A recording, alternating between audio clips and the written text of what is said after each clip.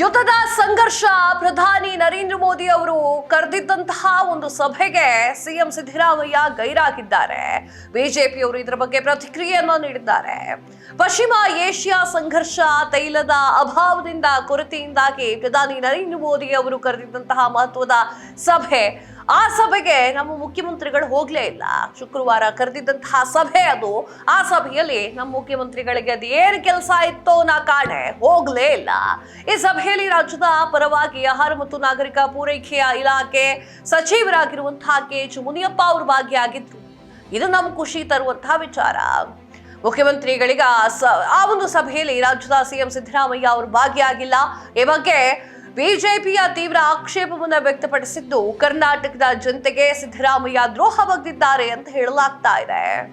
ಬಿಜೆಪಿಯ ರಾಜ್ಯ ಘಟಕದ ಅಧ್ಯಕ್ಷ ಬಿ.ವೈ. ವಿಜಯೇಂದ್ರ ಈ ಒಂದು ಹೇಳಿಕೆಯನ್ನು ಕೊಡ್ತಾರೆ. ವಿಡಿಯೋ ಕಾನ್ಫರೆನ್ಸ್ ಮೂಲಕ ಈ ಸಭೆಯನ್ನ ಪ್ರಧಾನಿ ಕಾರ್ಯವಲಯ ಆಯೋಜನೆಯನ್ನ ಮಾಡಿತ್ತು. ಆದ್ರೆ ಸಿದ್ದರಾಮಯ್ಯ ಅವರಿಗೆ ಹೋಗಿ ವಿಡಿಯೋ ಕಾಲ್ನ ಅಟೆಂಡ್ ಮಾಡಿ ಬರ್ಲಿಕ್ಕಾಗ್ಲಿಲ್ಲ ಅಂತ ಹೇಳಿ ಹಲವಾರು ಬಿಜೆಪಿಗರು ಮಾತನಾಡ್ಕೊಳ್ತಾ ಇದ್ದಾರೆ. ಅಲ್ಲ, ಸಿದ್ದರಾಮಯ್ಯ ಅವರೇ ಹೋಗ್ಬೋದಿತ್ತೇನೋ ಅಂತ ಹೇಳಿ ಸಾರ್ವಜನಿಕರು ಮಾತನಾಡ್ತಿದ್ದಾರೆ. ವಿಡಿಯೋ ಕಾನ್ಫರೆನ್ಸ್ ನ ಮೂಲಕ ನಡೆದಂತಹ ಸಭೆ ಇದು. ಶುಕ್ರವಾರ ಸಂಜೆ ಅಂದ್ರೆ ಮೊನ್ನೆ ಸಂಜೆ ನಡೆದಿರುವಂತಹ ಸಭೆ ಇದು.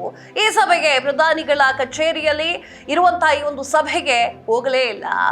ಅಲ್ಲಿ ಹೋಗಿ ಕೂತ್ಕೊಂಡು ಆ ಒಂದು ವಿಡಿಯೋ ಕಾಲ್ ಅನ್ನ ಅಟೆಂಡ್ ಮಾಡಿದ್ದು ಆಹಾರ ಸಚಿವ ಕೆ.ಎಚ್. ಮುನಿಯಪ್ಪ ಅವರು.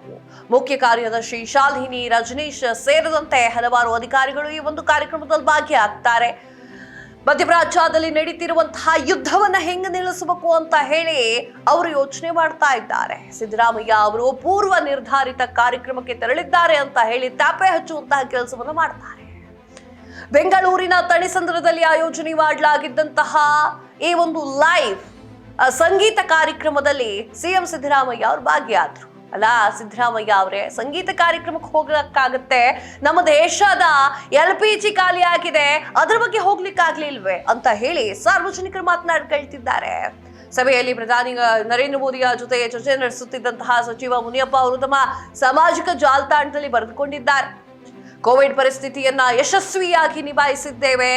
ಕೋವಿಡ್ ಸಂದರ್ಭದಲ್ಲಿದ್ದಂತೆ ಕೇಂದ್ರ ಮತ್ತು ರಾಜ್ಯಗಳ ನಡುವಿನ ಸಮನ್ವಯದಿಂದ ಕಟ್ಟುನಿಟ್ಟಿನ ಕ್ರಮವನ್ನ ಅನುಸರಿಸಿ ಪರಿಸ್ಥಿತಿಯನ್ನ ಯಶಸ್ವಿಯಾಗಿ ನಿರ್ವಹಿಸಿ ಅಂತ ಹೇಳಿದ್ದಾರೆ. ಇದೇ ಅನುಭವದ ಆಧಾರದ ಮೇಲೆ ಪ್ರಸ್ತುತ ಪರಿಸ್ಥಿತಿಗಳನ್ನ ಸಮರ್ಥವಾಗಿ ಎದುರಿಸಲಿಕ್ಕೆ ನಾವು ಸಜ್ಜಾಗಿದ್ದೇವೆ. ನಾಗರಿಕರು ಯಾವುದೇ ಆತಂಕಕ್ಕೆ ಒಳಗಾಗುವ ಅವಶ್ಯಕತೆ ಇಲ್ಲ. ರಾಜ್ಯದಲ್ಲಿ ಅಡುಗೆ ಅನಿಲದ ಲಭ್ಯತೆ ಕುರಿತು ಚರ್ಚಿಸಿ ಅಗತ್ಯವಿರುವಷ್ಟು ಅನಿಲವನ್ನ ಪೂರೈಸುವ ಕುರಿತು ಕೇಂದ್ರ ಸರ್ಕಾರ ಭರವಸೆಯನ್ನ ಕೊಟ್ಟಿದೆ. ಈ ಹಿನ್ನೆಲೆಯಲ್ಲಿ ಜನರು ಚಿಂತಿಸಬೇಕಾಗಿರುವಂತಹ ಅಗತ್ಯ, ಅನಿವಾರ್ಯತೆ ಯಾವುದೂ ಇಲ್ಲ ಅಂತ ಹೇಳಿ ಸಚಿವ ಕೆ.ಎಚ್. ಮುನಿಯಪ್ಪ ಅವರು ತಿಳಿಸಿದ್ದಾರೆ. ನಾವು ಯೋಚನೆ ಮಾಡಬೇಕಾಗಿರುವಂತಹ ವಿಚಾರ ಏನು ಅಂತಂದ್ರೆ, ಸಿದ್ದರಾಮಯ್ಯ ಅವರು ಸಂಗೀತ ಕಾರ್ಯಕ್ರಮಕ್ಕೆ ಹೋಗ್ತಾರೆ, ದೇಶದ ಭವಿಷ್ಯದ ವಿಚಾರವಾಗಿ ಹೋಗೋದಿಲ್ಲ ಅಂತ ಹೇಳಿ ಸಿದ್ದರಾಮಯ್ಯ ಅವ್ರ ಗೈರು. ವಿಜಯೇಂದ್ರ ಅವರು ಪ್ರಶ್ನೆ ಮಾಡೋ ಜಾಗದಲ್ಲಿ ಇರ್ತಾರೆ, ಪ್ರಶ್ನೆ ಮಾಡ್ತಾರೆ. ವಿಧಾನಮಂಡಲದಲ್ಲಿ ಭಾಷಣ ಮಾಡುವ ವೇಳೆಯಲ್ಲಿ ಹಾಗೂ ಮಾಧ್ಯಮಗಳ ಮುಂದೆ ಕೇಂದ್ರ ಸರ್ಕಾರದ ವಿರುದ್ಧ ಪುಂಖಾನುಪುಂಖವಾಗಿ ಟೀಕೆ ಮಾಡುವಂತಹ ಮುಖ್ಯಮಂತ್ರಿಗಳು ನಿಜವಾಗಿಯೂ ಕೂಡ ಜನಪರ ಕಾಳಜಿ ಇದ್ರೆ ಪ್ರಧಾನಿ ನರೇಂದ್ರ ಮೋದಿ ಅವರ ಜೊತೆಗೆ ಸಂವಾದದಲ್ಲಿ ಭಾಗಿಯಾಗಬೇಕಾಗಿತ್ತು ಅಂತ ಹೇಳಿ ಬಿಜೆಪಿಯ ರಾಜ್ಯಾಧ್ಯಕ್ಷ ಬಿ.ವೈ. ವಿಜಯೇಂದ್ರ ಅವರು ಹೇಳಿಕೆ ಕೊಡ್ತಾರೆ.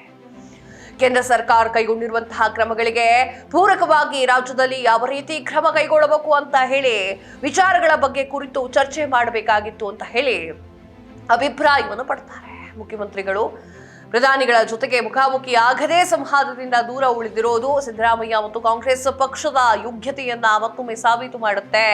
ಸಿದ್ದರಾಮಯ್ಯ ಅವರು 7 ಕೋಟಿ ಕನ್ನಡಿಗರ ಪ್ರತಿನಿಧಿ ಅಂತ ಹೇಳಿ ಅವರು ಮರೆಯಬಾರದು ಅಂತ ಹೇಳಿ ಒಂದಿಷ್ಟು ಮಾತುಗಳನ್ನ ಆಡ್ತಾರೆ. ನಿಮ್ಗೇನ್ ಅನ್ಸುತ್ತೆ? ಸಿದ್ದರಾಮಯ್ಯ ಅವರು ಆ ಒಂದು ಸಭೆಗೆ ಹೋಗ್ಬಾರ್ದಾಗಿತ್ತ? ಸರಿಯಾದ ನಿರ್ಧಾರವನ್ನ ಸಿದ್ದರಾಮಯ್ಯ ಅವರು ತಗೊಂಡ್ರ? ಕಮೆಂಟ್ ಮಾಡಿ ತಿಳಿಸಿ. ಇದಾಗಿದೆ ಹೊತ್ತಿನ ವಿಶೇಷ ಮತ್ತಷ್ಟು ಸುದ್ದಿಗಳಿಗಾಗಿ ನೋಡ್ತಾ ಇರಿ ಸ್ಪೀಡ್ ನ್ಯೂಸ್. ನಿಮ್ಮ ವೇಗ ನಮ್ಮದು.